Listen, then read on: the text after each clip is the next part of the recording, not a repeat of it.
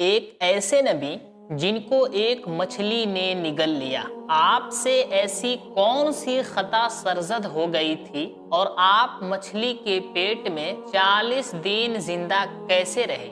اس کے متعلق آج ہم جاننے کی کوشش کریں گے۔ تو ناظرین، آپ سے گزارش ہے کہ ویڈیو میں آخر تک ضرور بنے رہیں تاکہ آپ کو ان کے بارے میں پوری جانکاری ہو جائے۔ ناظرین، حضرت یونس علیہ السلام ایک عظیم اور کریم نبی تھے۔ ان کا قصہ قرآن کریم میں ایک انوکھا قصہ ہے۔ حضرت یونس علیہ السلام دجلہ کے بائیں کنارے پر آباد عراقی شہر موصل میں پیدا ہوئے۔ آپ حضرت ابراہیم کی اولاد میں سے تھے۔ موصل کے مقابل نینوا شہر تھا جو اس زمانے میں اپنے عروج پر تھا، اور وہاں قوم ثمود آباد تھی۔ نینوا کی آبادی 1 لاکھ سے زیادہ تھی، جیسا کہ قرآن پاک میں ہے، اور ہم نے یونس کو لاکھ یا اس سے زیادہ لوگوں کی طرف پیغمبر بنا کر بھیجا۔ حضرت یونس کی عمر 28 سال تھی جب اللہ تعالیٰ نے انہیں اہل نینوا کی طرف بھیجا۔ مفسرین کے مطابق حضرت یونس کا عہد سن 741 تا 781 قبل مسیح ہے۔ آپ کا قرآن کریم کی 6 سورت مبارکہ میں ذکر آیا ہے۔ سورۃ النساء، سورہ انعام، سورہ یونس، سورہ صافات، سورۃ الانبیاء، سورۃ القلم۔ ان میں پہلی 4 سورت مبارکہ میں حضرت یونس کا نام اور باقی 2 میں ذوالنور اور صاحب الحوت یعنی مچھلی والا کہہ کر ذکر کیا گیا ہے۔ نون بڑی مچھلی کو کہتے ہیں کیونکہ آپ کئی دن تک ایک ہی مچھلی کے پیٹ میں رہے، اس لیے مچھلی والا کہا گیا۔ قرآن کریم کی 10ویں سورت جس کا نام سورہ یونس ہے، جو کہ آپ ہی کے نام پر ہے۔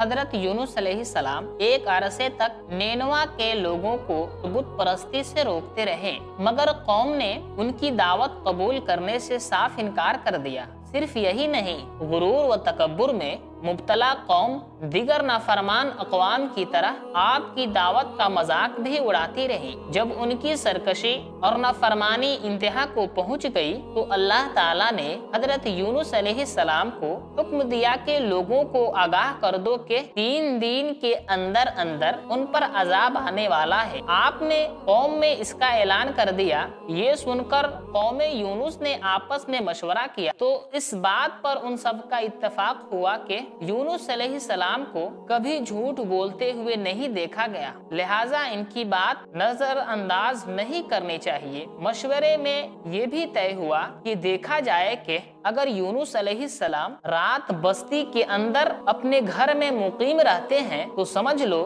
کہ کچھ نہیں ہوگا، اور اگر وہ یہاں سے کہیں اور چلے جاتے ہیں تو یقین کر لو کہ صبح عذاب ضرور آئے گا۔ حضرت یونس علیہ السلام رات کو اس بستی سے نکل گئے۔ صبح ہوئی تو عذاب الہی ایک سیاہ دھوئیں اور بادل کی شکل میں بستی والوں کے سروں پر منڈلانے لگا۔ جب وہ ان کے قریب ہونے لگا تو لوگوں کو یقین ہو گیا کہ اب وہ سب ہلاک ہونے والے ہیں۔ یہ دیکھ کر حضرت یونس علیہ السلام کو تلاش کیا گیا کہ ان کے ہاتھ پر ایمان لے آئیں اور توبہ کر لیں، مگر آپ کو نہ پایا تو خود ہی اخلاص نیت کے ساتھ توبہ و استغفار میں لگ گئے اور اپنے گھروں سے ایک میدان میں نکل آئے۔ عورتیں، بچے اور جانور سب اس میدان میں جمع کر دیے گئے۔ تمام بستی والے ٹاٹ کے کپڑے پہن کر عاجزی و انکساری کے ساتھ توبہ کرنے اور عذاب الہی سے پناہ مانگنے میں اس طرح مشغول ہو گئے کہ پورا میدان آہ و بکا سے گونجنے لگا۔ اللہ تعالیٰ نے ان کی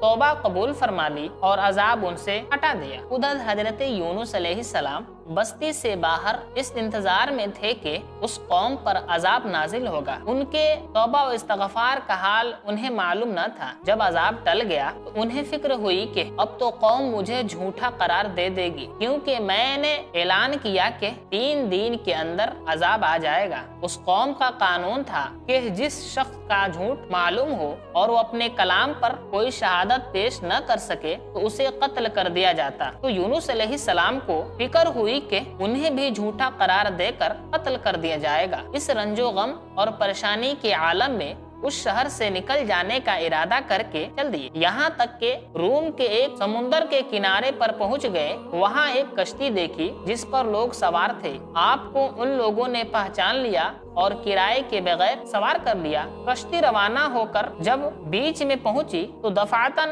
یعنی اچانک ٹھہر گئی۔